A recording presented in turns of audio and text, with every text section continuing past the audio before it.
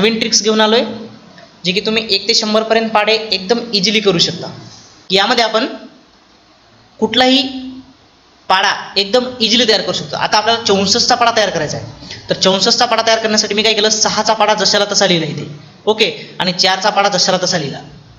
तर आता 64चा पाढा कसा तयार करायचा, जे शेवटी उरते इथं 64च्या जे शेवटी उरतं ते जशाला तसं लिहून घ्यायचं. म्हणजे इथे काय 4, त्यानंतर इथे काय 8 आहे, त्यानंतर इथे 12चे 2 उरले, शेवटी इथे 6 उरला, ओके, त्यानंतर इथे 0 उरला, ओके, 0च्या नंतर 4, 4च्या नंतर 8, 8च्या नंतर पुन्हा 2, 2च्या नंतर 6 आणि 6च्या नंतर शेवटी 0.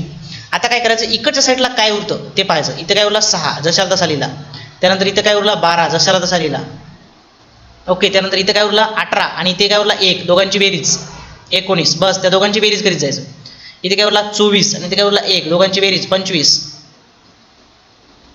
इथे काय उरला 30, इथे काय उरला 2, दोघांची बेरीज 32,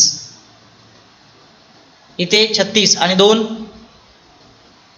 38, ओके, त्यानंतर 42 आणि 2 44, त्यानंतर 48 आणि 3 51, त्यानंतर 54 आणि इथं 3 उरले होते, 54 आणि 3 57 आणि शेवटी 60 आणि 4 64. अशा प्रकारे आपल्याला 64चा डायरेक्ट पाढा मिळून जाईल.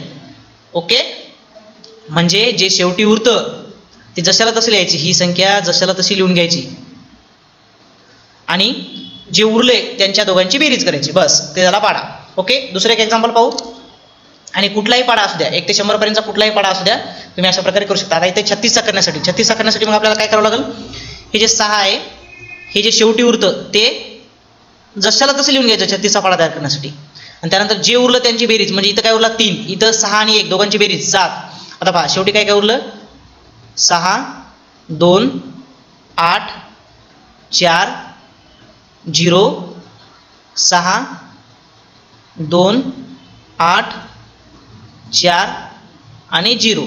आता पहा इथे काय उरला होता 3, हे 3 जशाला तसे इथे लिहिले. त्यानंतर इथं 6 आणि इथं 1 दोघांची बेरीज 7, त्यानंतर 9 आणि 1 दोघांची बेरीज 10, त्यानंतर 12 आणि 2 दोघांची बेरीज 14, त्याच्यानंतर 15 आणि 3 18,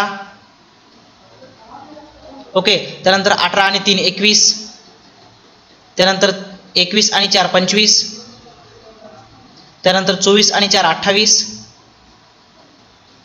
त्यानंतर 27 आणि 5 32 आणि शेवटी 30 आणि 6 36. अशा प्रकारे आपल्याला पाढा मिळून जाईल. कुठलाही पाढा असू द्या तुम्ही अशा प्रकारे करू शकता. ठीक आहे, तर तुम्हाला ही ट्रिक्स आवडली असेल तर व्हिडिओला लाईक करा, कमेंटमध्ये मेन्शन करा आणि जास्तीत जास्त मित्रांसोबत शेअर करा. धन्यवाद मित्रांनो.